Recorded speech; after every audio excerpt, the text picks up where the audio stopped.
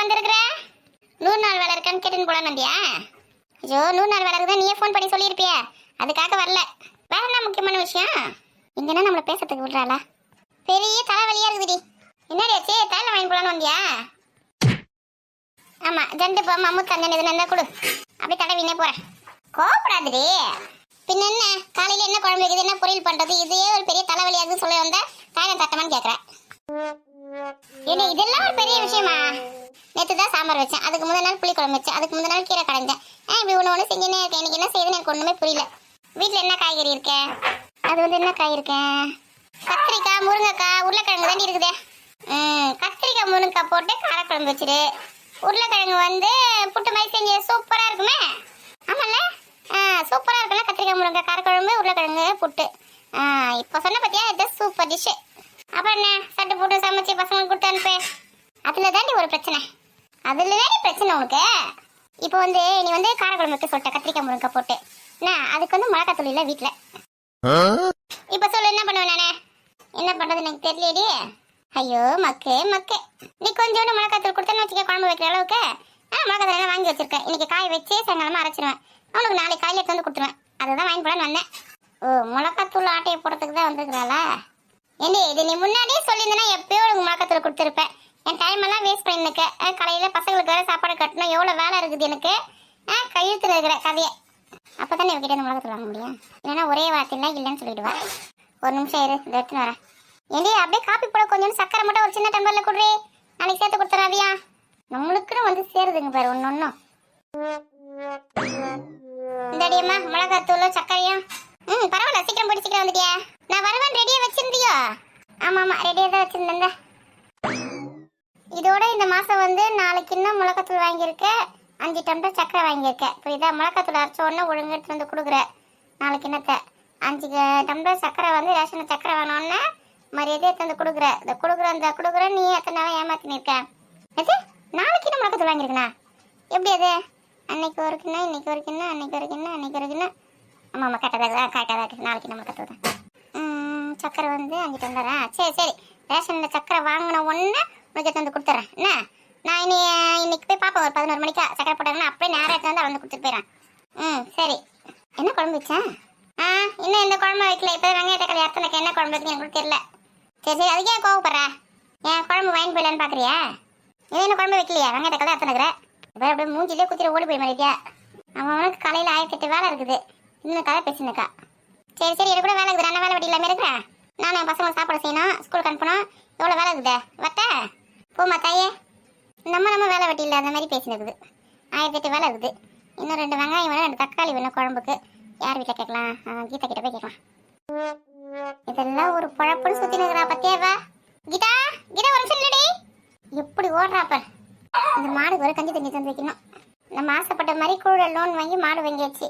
இன்னும் ஒரு 4 ஆடு வாங்கிட்டேன்னு வச்சுக்கேன், போதும். நம்ம தான் இந்த ஊர்லேயே பெரிய பணக்காரர். உழைச்சி பாரு, இந்த உலகம் உயரும் பாரு, உலகம் உயர் பாரு. ஐயோ பால் அடுப்புல வச்சுட்டு வந்தானே தெரியல. என் மன்னன் மயங்கும் பொன்னான மலரல்லவோ. என்ன தொண்டை கவுது?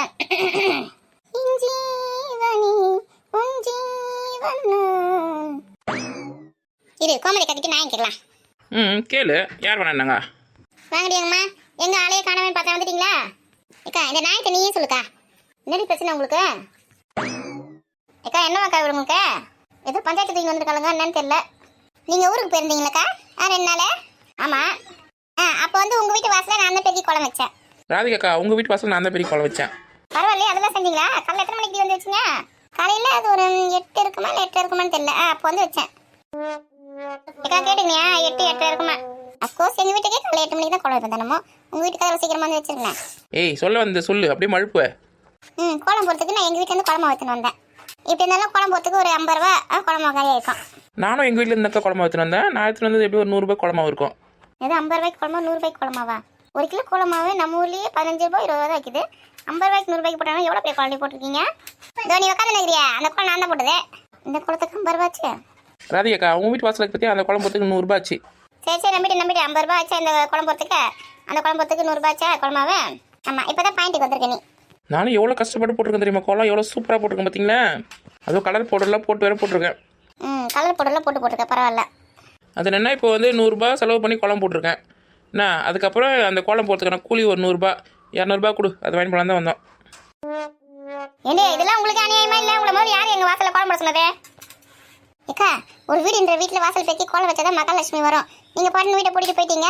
அப்புறம் மகாலட்சுமி வந்து திரும்பி பார்த்துட்டு போயிடுச்சிங்கன்னா அதனால தான் எங்கள் கை காசு போட்டு குழம்பு வாங்கி குழம்பு போட்டு வச்சுருக்கோம். இப்போனா கோலம் மாவுக்கு வந்து காசு தரணுமா? சே அதெல்லாம் ஒன்றும் இல்லை. ஏய் காசு வாங்கிறது தானே வந்தா, இப்போ அதெல்லாம் ஒன்றும் இல்லைன்றா. கொஞ்ச நேரம் உன் திருவாயை மூடி நிற்கியா? வேற என்னடி வேணும்? கோலம் மாவு வந்து 50 ரூபா, அதுக்கு கூலி ஒரு 100 ரூபா 150. பெரிய பொண்ணுக்கு வந்து குழம்பு 100 ரூபா, அதுக்கு வந்து 100 ரூபா கூலி 200, 350 ரூபா ஆச்சு. இப்போ என்ன தானே பிரச்சனை உங்களுக்கு? அதனால எங்களுக்கு வந்து பிரியாணி செஞ்சு தரீங்க. இப்போ எது பிரியாணி ஏறி அதை விளக்க மாட்டேன். நேற்று தான் எங்கள் அண்ணன் வீட்டிலேருந்து அவ்வளோ பிரியாணி எடுத்து வந்து கொடுத்தா, இப்போ மறுநாள் வந்து பிரியாணி வேணும் கேட்குறேன். கொஞ்சம் அறிவு இருக்கா இல்லையா? நேற்று பிரியாணியா இது நூண்டு கொடுத்தீங்க, ஒரு தூக்க கொடுத்துட்டு 3 ஃபேமிலிக்கு எடுத்து சொல்லியிருக்கீங்க. எங்கள் வீட்டில் இருக்கிறவங்க மொத்தத்தையும் காலி பண்ணிச்சு. எனக்கு ஒரே ஒரு ஸ்பூன் தான் கிடச்சி தெரியுமா? எவ்வளோ காண்டாயிடுச்சு நேற்று. எத்தனை வரீங்க? 4 ஒரு தூக்க எடுத்து தர மாட்டீங்க? எங்க தூக்கம் நிறைய பிரியாணி தானே இருந்தது, பத்தலையா உங்களுக்கு? அதெல்லாம் ஒன்றுமே பத்தலக்கா, அதில் வேற பீஸ் வேற கம்மியாக தான் இருந்தது. பிரியாணி சாப்பிட திருப்தியே இல்லை. அதனால தான் சொல்கிறேன். இப்போ வந்து நான் குழம்பு போட்டதுக்கான கூலி எல்லாமே சேர்த்து நீங்கள் காசு தர வேண்டியது இருக்குது. அது வேணால் நாங்கள் கழிச்சிக்கிறோம். பிரியாணி இப்போ வந்து நாட்டுக்கோழி சிக்கன் பிரியாணி எங்களுக்கு வேணும். ஓ நாட்டுக்கோழியாக தான் வேணுமோ? ஏன் பிராய்லர் கோழியை சாப்பிட மாட்டீங்களா? வேணாக்கா அதெல்லாம் சூடு போடுறது உடம்புக்கு அது கிடையாது. அந்த நாட்டுக்கோழியே தான் வேணும். இந்தியா நாட்டுக்கோழிலாம் வாங்கினா 500 ரூபா 600 ரூபா சொல்கிறாங்கடி. அதுக்கு எங்கடி போகிறது? பிராய்லர் கோழி வாங்கினா 1 கிலோ வந்து 200 ரூபா 200 சொல்ல தான் வருது. ஏக்கா நம்ம சித்தி பொண்ணு லட்சுமி இருக்குது, அது முனியாண்டி விலாஸ் தான் சொல்லிச்சே. நம்ம போய் பார்க்கவே இல்லையா? ஆமாண்டி இப்போ தான் ஞாபகம் வருது. அதை போய் பார்த்துட்டு நம்ம என்ன இவங்களுக்கு அங்கேயே பிரியாணி வாங்கி கொடுக்கலாம். அது நாட்டுக்கோழி வச்சு தான் பிரியாணி செஞ்சு விற்கிறேன்னு சொல்லிச்சு. ஏண்டியா என் தங்கச்சி முனியாண்டி விலாஸ் ஓப்பன் பண்ணியிருக்காடி, போய் அங்கே போய் பார்த்துட்டு அங்கே போய் சாப்பிட்டு வரலாமா? எங்களுக்கு தேவை பிரியாணி. நீ எங்கே வாங்கி கொடுத்தா என்ன? வீட்டில் செஞ்சா என்ன? ஹோட்டலில் வாங்கி கொடுத்தா என்ன? உங்கள் தங்கச்சி அது யாரு? எங்கள் அம்மா கூட பிறந்த தங்கச்சி இருக்காங்களா, அவங்களுக்கு ஒரு பொண்ணு இருக்காங்களே, அவங்க பார்த்தா லட்சுமி. பார்த்ததா என்ன மாதிரி இருக்காங்களே? லட்சுமியா? கேள்விப்பட்ட மாதிரி இருக்கு. ஒரு வாட்டி பொங்கல் கூட வந்திருந்தாங்களா இங்கே? ஆமாண்டி அவள் அவங்க ஃப்ரெண்டுங்களாம் சேர்ந்து முன்னாடி விலாஸ் ஓப்பன் பண்ணியிருக்காங்களா. எங்களை கூட கூப்பிட்டு திருவிழாக்கு. நம்ம அப்போ தான் வந்து அண்ணன் வீட்டுக்கு போயிருந்தாங்களா, அதான் சரி அப்புறமா வரண்டி அப்படின்னு சொன்னேன்.